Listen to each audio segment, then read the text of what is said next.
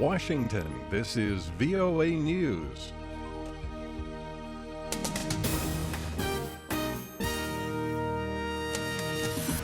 I'm David DeForest reporting more on the California shooting. A U.S. Federal Bureau of Investigation says authorities believe both suspects in last week's shooting in San Bernardino, California, were radicalized for some time. David Bowdich, the FBI's assistant director in charge of the Los Angeles field office, told reporters Monday there is evidence the two had been planning their deadly attack.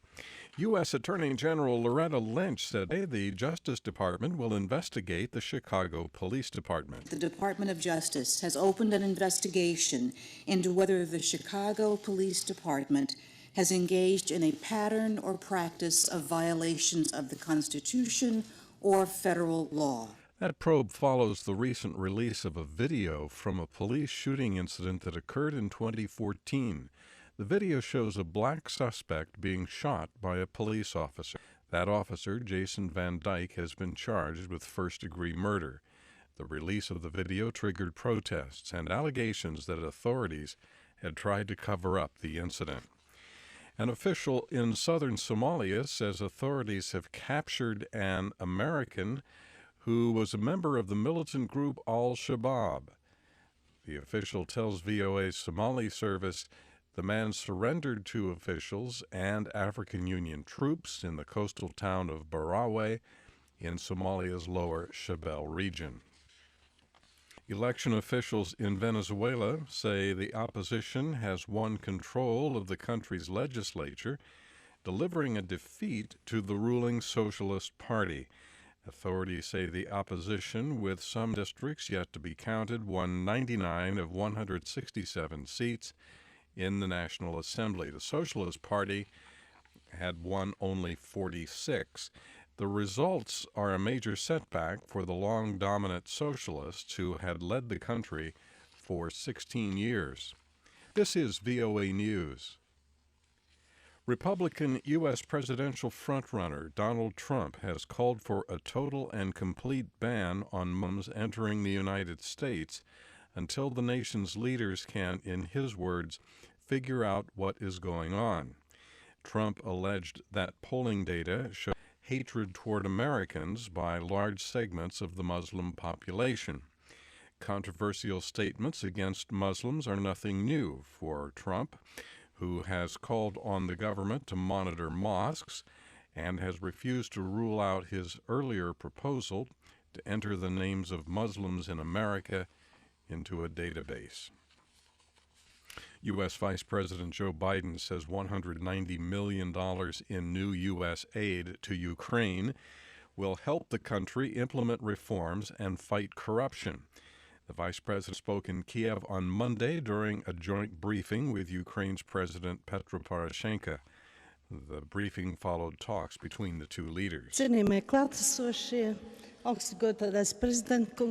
Latvia's prime minister has handed in her resignation. Laimduat Strojutma said Monday she is stepping down after only 2 years in office because new ideas are needed.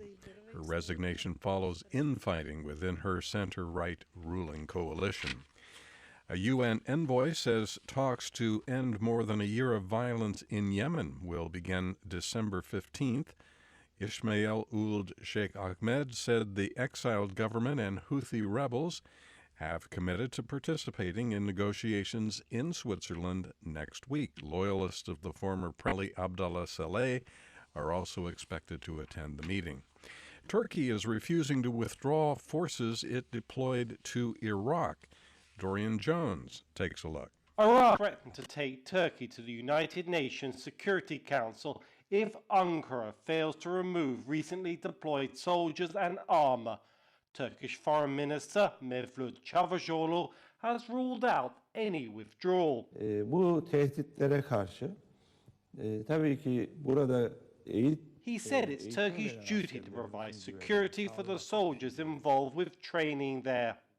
Hundreds of soldiers, backed by 20 tanks, were sent to Iraq to bolster defenses of Turkish forces training Iraqi troops planning to take Mosul from Islamic State militants.